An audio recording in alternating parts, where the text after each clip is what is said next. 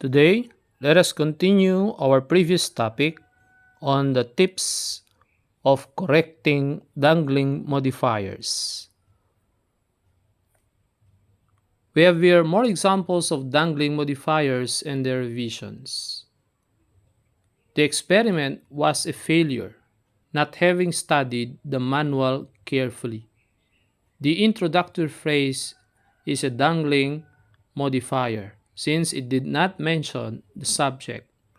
So we revise it, and now it says they failed the experiment, not having studied the manual carefully.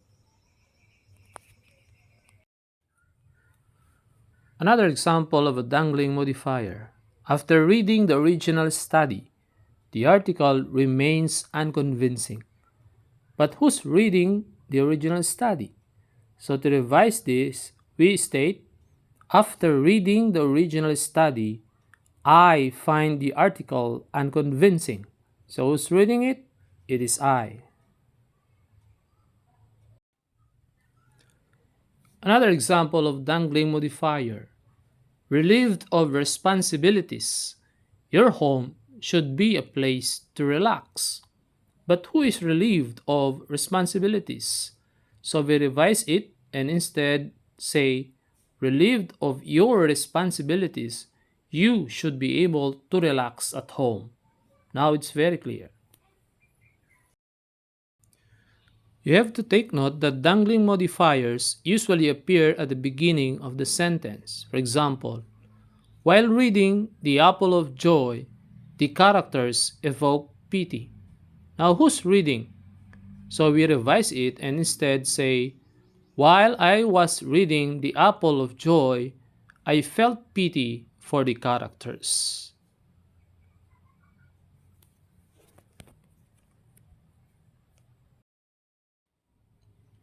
Another example. Before finishing breakfast, the oatmeal grew cold. Notice that the modifying phrase is dangling. So to revise it, we now include the subject in the modifying phrase. Before my son finished breakfast, his oatmeal grew cold. So we revise the modifying phrase by including the subject.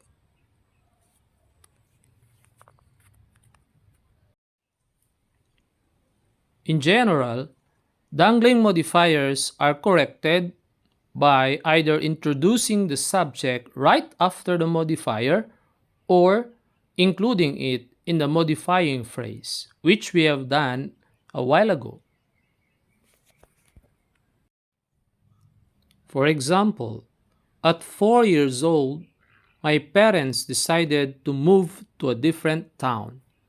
To revise it, we already included in the modifier the subject. So we now state, when I was 4 years old, my parents decided to move to a different town.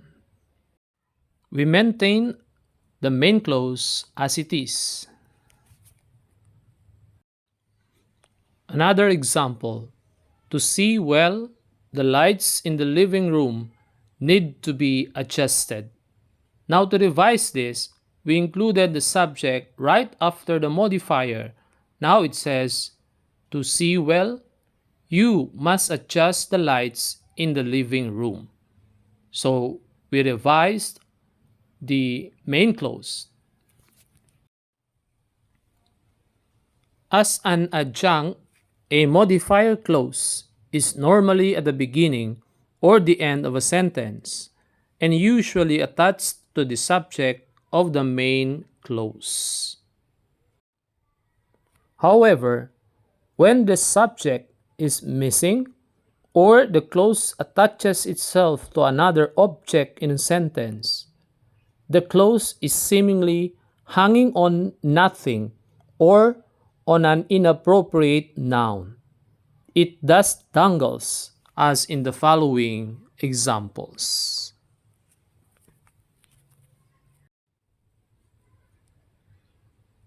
Walking down the aisle, the flowers were beautiful. We revise it to become unambiguous or clear and now state, Walking down the aisle, the bride is holding a bunch of beautiful flowers. In the sentence above, the adjunct clause may at first appear to modify the flowers, the subject of the sentence. However, it actually modifies the speaker of the sentence, who is not, however, explicitly mentioned. So we included the subject in the main clause to become unambiguous or explicit. Another example, reaching the park, the sun came out. This is very ambiguous. Who reached the park?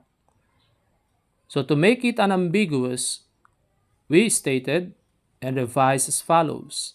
As Joshua reached the park, the sun came out. In the above sentence, the adjunct may at first appear to modify the sun, the subject of the sentence. Presumably, there is another human subject who did reach the park as the sun was coming out, but this subject is not mentioned in the text. In both instances, whether the intended meaning is obscured or not depend on the context. If the previous sentences clearly establish a subject, then it may be of use who was walking down the aisle or reaching the park. To recall, a dangling modifier is a word, phrase, or clause that describes something that has been left out of the sentence. When there is nothing that the word, phrase, or clause can modify, the modifier is said to dangle. That is why the term dangling modifier. Another example, riding in a Ferrari, the world whizzed by rapidly. But who's riding in a Ferrari? So we revised it and stated, as Schumacher was riding in a Ferrari, the world whizzed by rapidly. So we included the subject right in the adjunct clause and maintaining the main clause as it is.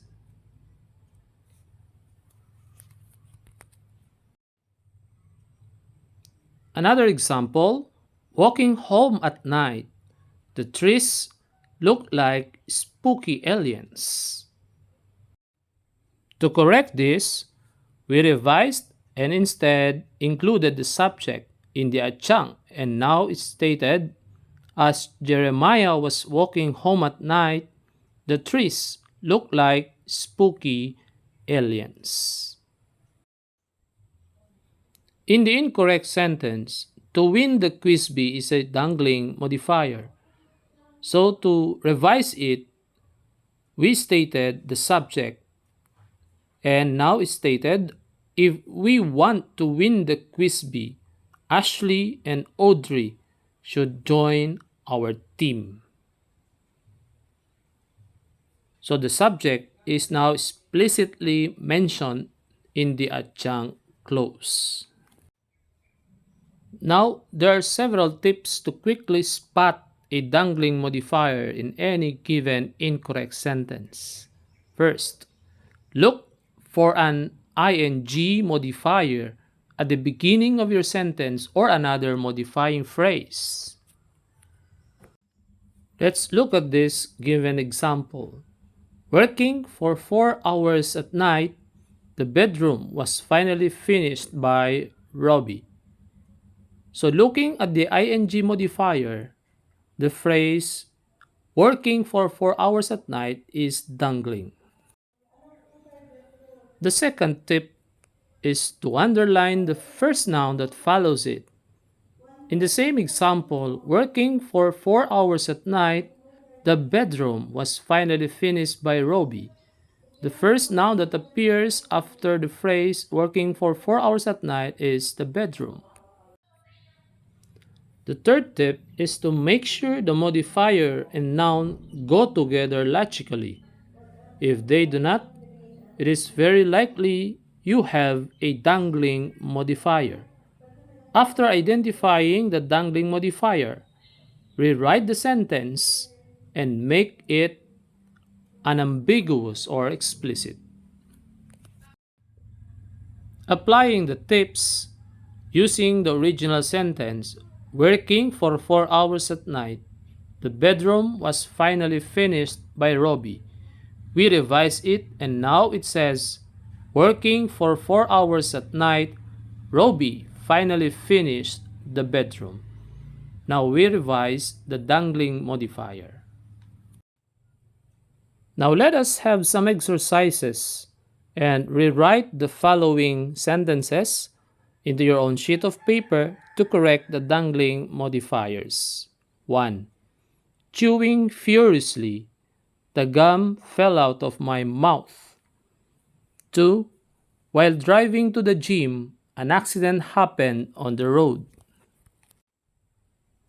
To revise it, there are two possible correct answers. 1. As I was chewing furiously, the gum fell out of my mouth. Or, chewing furiously, I didn't notice the gum fell out of my mouth. Now, the dangling modifier has been corrected or revised.